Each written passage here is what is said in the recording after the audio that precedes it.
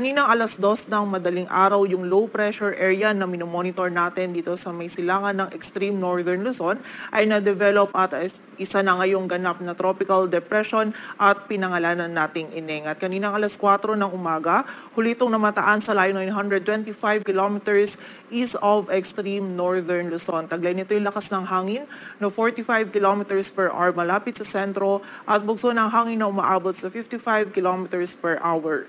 Ito ay kumikilos pahilaga ng mabagal at sa kasalukuyan ay wala itong direct effect sa anumang bahagi ng ating bansa maliban na lamang sa yung trough or yung extension nito ay magdudulot ngayong araw ng mga pag-ulan sa ilang bahagi ng northern Luzon. At sa kasalukuyan, itong si Bagyong Haikuen na dating si Bagyong Hana, maging itong si Bagyong Ineng ay patuloy pa rin ine-enhance ang southwest monsoon o habagat na siya namang magdudulot pa din ng mga pag-ulan sa malaking bahagi ng Luzon, lalong-lalo na sa kanlurang bahagi nito. Kaya pag-iingat pa rin po para sa ating mga kababayan sa banta ng mga pagbaha at pagguho ng lupa. At ayon nga sa ating latest forecast track analysis ni Bagyong Ineng ay mananatiling malayo sa anumang bahagi ng kalupaan or landmass itong si Bagyong Ineng throughout the forecast period. So ina-expect natin na less likely na magkakaroon tayo ng wind signal sa anumang bahagi ng ating bansa at generally ito ay kikilos pa northeastward or north-northeastward habang mas nag-i-intensify pa at posible itong lumabas ng ating area of responsibility or ayon sa ating latest forecast track analysis ay magiging mabilis lamang yung paglalagi nito ni Bagyong Ineng sa loob ng ating area of responsibility and tonight or tomorrow ay lalabas na nga ito ng PAR as a tropical storm.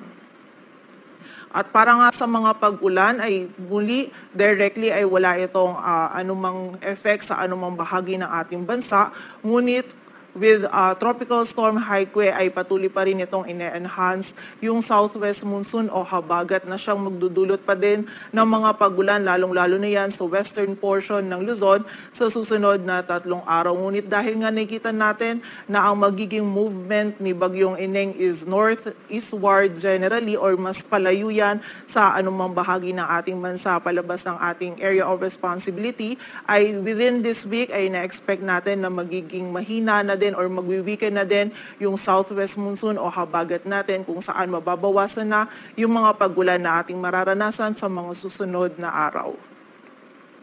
At muli po ay wala nga tayong ina-expect na wind signal sa anumang bahagi ng ating bansa, ngunit yung enhanced southwest monsoon o habagat ay patuloy pa rin magdudulot ng mga bugso ng mga malalakas na hangin ngayong araw.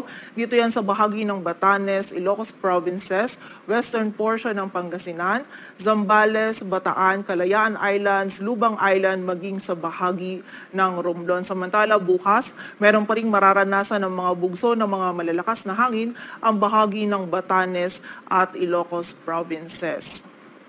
At sa kasalukuyan, dulot pa rin ng habagat ay meron pa rin tayong nataas na gale warning sa mga dagat baybayin niya ng Batanes, Cagayan kasama na dyan ang Babuyan Islands, Isabela, Ilocos Norte, Ilocos Sur, La Union, Pangasinan, Zambales at Bataan, Occidental Mindoro, Oriental Mindoro, maging sa bahagi ng Marinduque, Romblon, Northern Palawan, Aklan at Antique kung saan mapanganib pa rin po ang pagpalaot para sa ating mga kababayang mangingisda pati na rin yung may mga maliliit na sasakyang pandagat.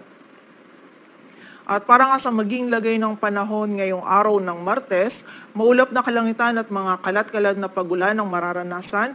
Dito yan sa bahagi ng Batanes, Cagayan at Isabela, dulot po yan ng trough ni Bagyong Ineng. Samantala, meron pa rin tayong mararanasan ng mga malalakas na pagulan. Dito yan sa bahagi ng Pangasinan, Zambales at Bataan, dulot naman yan ng habagat. At ngayong araw ay magiging mataas pa rin po yung tsansa ng mga pagulan dito sa Metro Manila, maging sa nalalabing bahagi pa ng Ilocos Region, sa bahagi ng Abra, Benguet, maging sa Bulacan, Pampanga, Rizal, at dito sa Cavite, Batangas, kung saan nga po maging dito din sa bahagi ng Occidental Mindoro ay magiging mataas din yung tsansa ng mga pag-ulan, dulot pa rin po yan ng habagat. So pag-iingat pa rin po para sa ating mga kababayan sa mataas na banta ng mga pagbaha at pagguho ng lupa. And also ang mga regional offices din natin na nagpapalabas ng mga advisories or ng mga heavy rainfall warnings ukol sa mga pag-ulan na ito. At sa nalalabing bahagi naman po ng Luzon ay magiging maulap din yung kalangitan at meron pa rin tayong mga tsansa ng mga kalat-kalat na pag-ulan, pagkidlat at pagkulog, dulot pa rin po yan ng habagat. Agwat ng temperatura dito sa Metro Manila ay mula 26 to 30 degrees Celsius. Samantala, sa bahagi naman ng Visayas at Mindanao, ngayong araw ay magiging bahagyang maulap hanggang maulap yung kalangitan.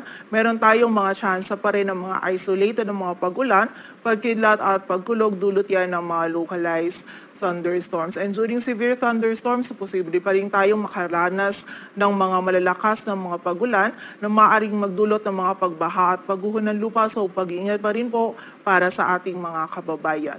Agwat ng temperatura sa Cebu ay mula 26 to 33 degrees Celsius at sa Davao naman ay 25 to 33 degrees Celsius.